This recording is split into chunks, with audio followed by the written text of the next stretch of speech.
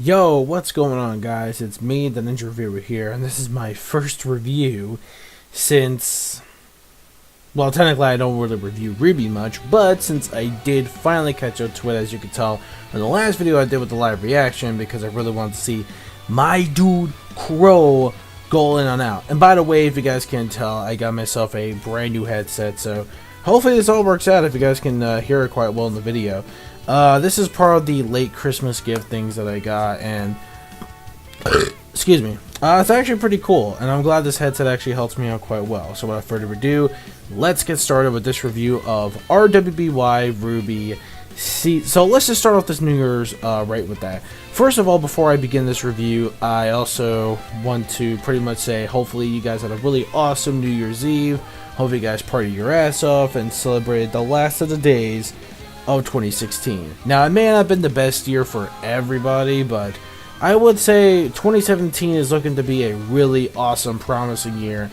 And yeah, so I am actually really looking forward to this year a lot, because there's going to be a lot of awesome content coming up. So I'm starting off this one first with RWBY RWBY Volume 4 Chapter 8 review. Now, this episode is very simple. Obviously, this episode, not really action-packed, but more expositional this time around. And basically, when it comes to the whole campfire scene, with QROW telling RWBY's gang pretty much about how Ashpin pretty much believed in, well, actually, some people don't really believe in, or people, not everybody's religious, not everybody believes in all these gods, but apparently, according to QROW, two of these gods actually exist.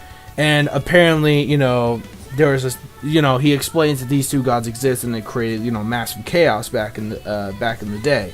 So apparently, since these two gods, so now we know that there definitely are gods that do actually exist in that universe. So now we know. Now the question is, whether they still be relevant today. Probably we're not too sure, but we will find out. So basically, the whole episode is just exposition of QROW around the campfire, and basically explaining a lot of the shit that was pretty much involving, you know. Now, these two brothers pretty much have, one was the brother of light, and the other was darkness, which is pretty obvious. And the two of them came together to realize, you know, to become one, they would have to do something to create something that they can both agree upon, and that is humanity itself.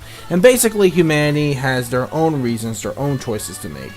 And also, that Salem is also doing everything in her power to separate and divide everybody in the entire world of RWBY. So pretty much she's doing her best in order to divide everyone, so that way there could be a big war that'll be coming later on. And that's why when it comes to QROW mentioning about the maidens, he didn't want to tell, you know, the headmaster, because obviously the headmaster cannot reveal all this information outside open doors, because otherwise then it will lead to another mad destruction of chaos. So that's why they don't want to reveal anything about the maidens and everything else outside the public. So seeing that, and the way they ended this episode, man,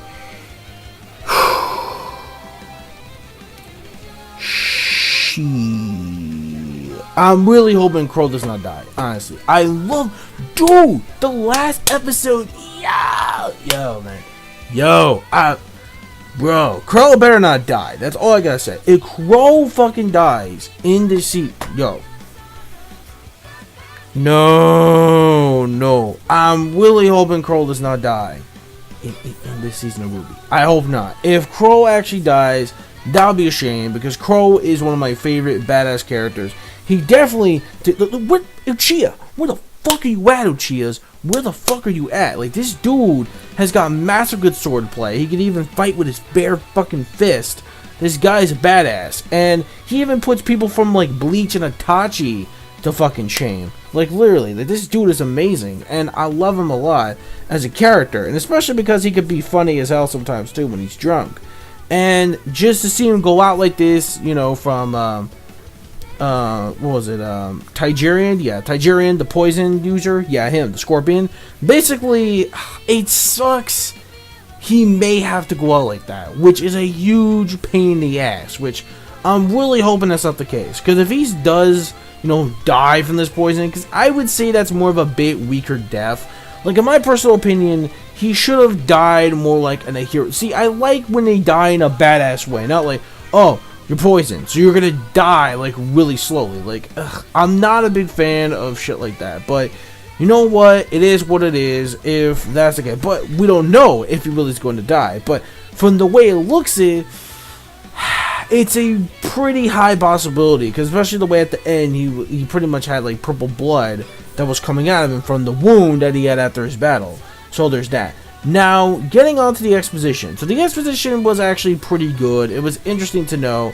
And it was simple and not too convoluted or complicated, unlike another series that had all these sages and gods and all that. No. But anyways, moving on from that though. Second thing about this episode, meanwhile, we turn to the last situation, which is the Sun and Blake situation. And basically what it is that Blake pretty much was talking to, you know, that moment where they had their father and son moment with Blake and her father, saying that, you know what, it doesn't matter, you know, I will always love you, I believe you would always be safe and not really harmed in any way. And Blake was like, I thought you would hate me from all the rotten shit that I said way before, especially since we heard about a couple episodes ago about all the shit she was saying, you know, especially, you know, about, you know, like the white fang or whatever. So, you know, there's that to take account of it. And especially for Sun, which I felt bad for, because Sun was pretty much trying to explain that, you know, that again, you know, you know, they got caught in that moment, man, because it was finally that father and daughter moment that, you know, that bonds them together. Like, you know, it's you know, it was kind of like giving me the feels about how she was like in that awkward position where she's like, you know, the way she was acting is like, you know, I thought you would never forgive me. I thought she would just say, you know what, you're not my daughter anymore. You would hate me, despise me, call me a scum. He's like, no matter what, I will still love you. I will support you no matter what you do. I will still support you. You are my daughter. I love you. And, you know, I always believed in you that you would never, ever be killed or hurt or whatever. So that was a really nice moment until Sun had to freaking ruin it awkwardly. And then pretty much Blake got pissed, and it was because technically his mom was saying something about like the white fang don't wear like certain masks or whatever, and pretty much he's doubting Blake's mom, saying that there's something fishy going on about the way she was telling me, you know, all these stories. And it's like, wait a minute, something doesn't add up. So maybe the white fang really is evil, like I sort of predicted. But Blake, of course, is not buying into that shit after she threw his freaking phone when it was trying to be proved. Someone actually was wearing a mask, actually grabs it, and then they pretty much escape forward with Blake. And Sun is on, you know, his way to actually get Blake back as a rescue thing.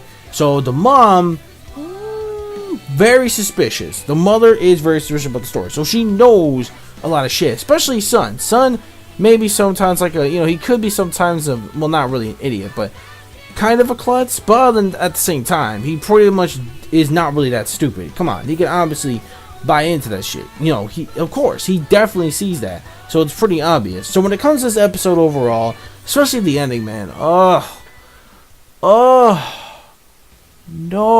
oh god, the ending to the episode though, just, oh man, I'm really hoping QROW doesn't die, straight up. If QROW dies, that will be really sad, because I really want to see this dude's character development a lot. But you know what, it is what it is. And he did get some major somewhat character development after, you know, telling them about like the truth about the world, etc. So that was really good. So overall, the episode is a very good episode. So the score is a 4 out of 5. It's a very good episode, very good world building, very good exposition.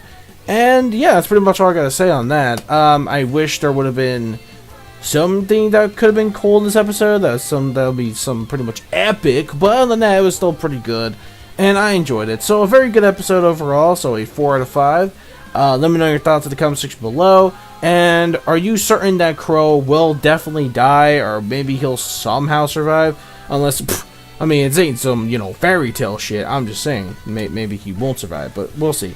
Anyways, that's pretty much it. I'm done. Leave me your thoughts in the comment section below of this episode of RWBY Volume 4, Chapter 8. And I will see you guys later for RWBY Volume 4, Chapter 9. I think I might get released this weekend again. I'm not so sure. But until then, that's basically it. So, peace, soul, love, chicken grease, and the sky's the limit. Anime manga fans, keep supporting what you read and what you watch. See you guys for chapter 9, and that's basically it. Bye bye.